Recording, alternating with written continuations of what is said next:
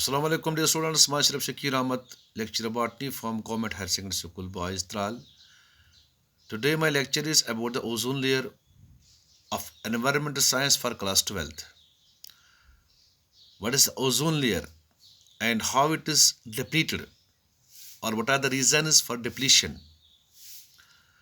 The ozone layer is actually a shield around our Earth's atmosphere. It reflects all the ultraviolet and harmful radiations back to space. It is present in the Earth's stratosphere. The ozone depletion is one of the major concerns of the world, and it is also one of the prime reasons for which causes the global warming. The ozone is actually a colorless pungent gas which is found to be in the stratosphere of our upper atmosphere, approximately 15 to 30 kilometers, or we can say 9 to 18 miles from our Earth's surface. This ozone layer protects us from all the harmful radiations or UV rays or the other harmful radiations coming out from the sun. The ozone layer absorbs these harmful radiations and thus prevents us from these radiations or these entering these radiations into our Earth's atmosphere. The ultraviolet radiations are high frequency energy electromagnetic waves emitted by the sun, which, if enter in the Earth's atmosphere, can lead to the various environmental issues, including global warming and also a number of health related problems or issues for all living organisms, including man and other aquatic life. The ozone layer is actually continuously being regenerated and broken down owing to several atmospheric processes and chemical reactions. This makes the thickness of the ozone layer to vary geographically and seasonally. It is formed when oxygen molecule absorbs UV rays or ultraviolet photons and undergo a chemical reaction known as photodesiccation or photolysis. In this process, a single molecule of oxygen breaks down into two oxygen atoms. The free oxygen atom then combines with one more oxygen molecule and thus forms a molecule of ozone.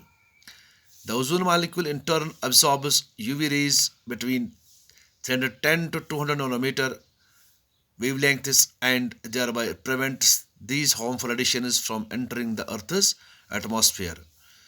The, the amount of atmospheric ozone is actually measured by Dobson spectrometer and is expressed in Dobson units because Dobson was the first man who gave its units.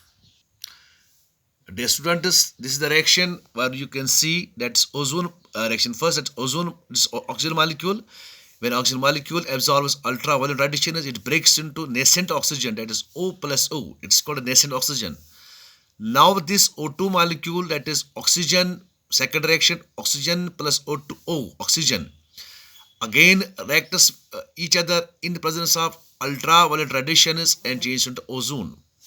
That is, the energy of the ozone is here, sorry, the energy of the ultraviolet radiation is utilized for carrying out the reaction, that is oxygen and nascent oxygen combined together to form ozone. Now in the third reaction, the ozone molecule again absorbs the energy from UV radiations and changes back into oxygen and nascent oxygen. In this way, all the energy of ultraviolet radiation is utilized for the formation of oxygen and ozone. Therefore, ozone is not a constant gas. It is actually recycled a number of times, or it is constantly formed and disturbed to form oxygen. Now, from this above reaction, it is clear that there is an equilibrium concentration of ozone. If this equilibrium is disrupted or disturbed by reactive atoms of chlorine or any other atom or bromine, then it results in thinning of ozone layer, which is called the ozone hole. And this ozone hole was first time seen in Antarctica by a number of scientists. Thank you, beta.